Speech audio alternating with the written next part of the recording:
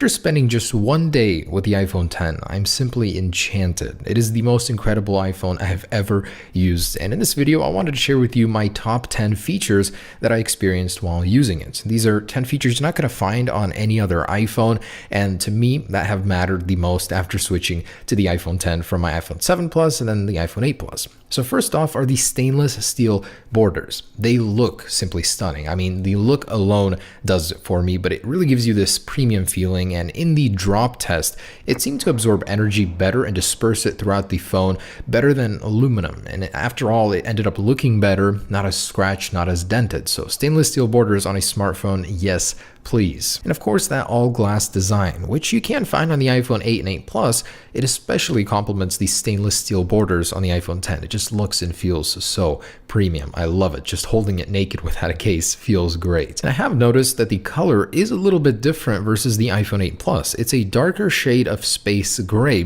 which further complicates things as Apple's definition of space gray seems to change every single time they release a new product. It especially reminds me of the Mac Pro Tower. It's a very similar shade and feel of the color. And of course, the reason you're probably even considering the iPhone X is the star of the show, the new display, the 5.8-inch edge-to-edge organic LED display. And although I would have preferred it like this, which I think eventually we're going to get to this point, I will take it over the previous LCD any day. It just seems to sit on top of the glass instead of inside of it like the LCD. Now, this is also the sharpest display ever on an iPhone, but it is still a pentile organic LED display, which also has quite a bit of flaws. Of course, moving on to Face ID, one of the other reasons you're probably buying the iPhone X, it's really a great replacement to Touch ID. Yesterday, we put it through its paces. It's secure. It seems to work in almost every environment. It really is a true successor to Touch ID. Now, with some software things figured out, I think it could get better, animations and all that,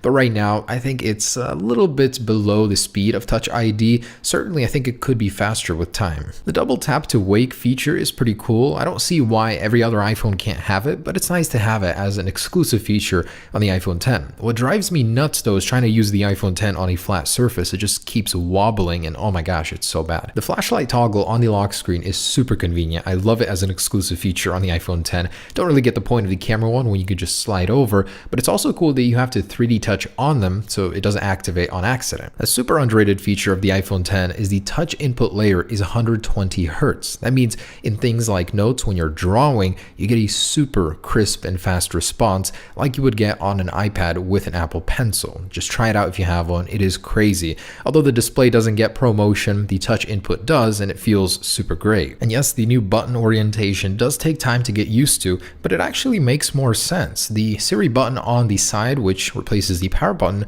is very comfortable now. You don't have to reach all the way down to the bottom of the phone to activate Siri, and to turn off the device, you have to hold the volume up and the power button, which saves you from accidental power button input in your pocket. And yes, I do love the new app switcher on the iPhone X. To get into it, you slide up and over like a reversed L. It's a really great function on its own, but also to clear all in the app switcher is much faster. Just tapping those little minus buttons, much like on the iPad, is super quick instead of sliding each one up individually. I really like it. And by far, one of my favorite features of switching to the iPhone X is the bottom gesture control. Switching between applications has never felt more fluid and easy. It's just great, guys. If you ever get a chance to play around with an iPhone X, do this. It will sell you on the whole no home button thing. And the Animojis. It's cool that Apple took their Face ID tech, something that is so complicated and technological, and turned it into something so fun. And I think with time we'll see more and more from it, but it's just cool that you can do stuff like this in real time. Also a favorite of mine, on the lock screen, to hide your notifications just by not looking at them is pretty cool. As soon as you look over,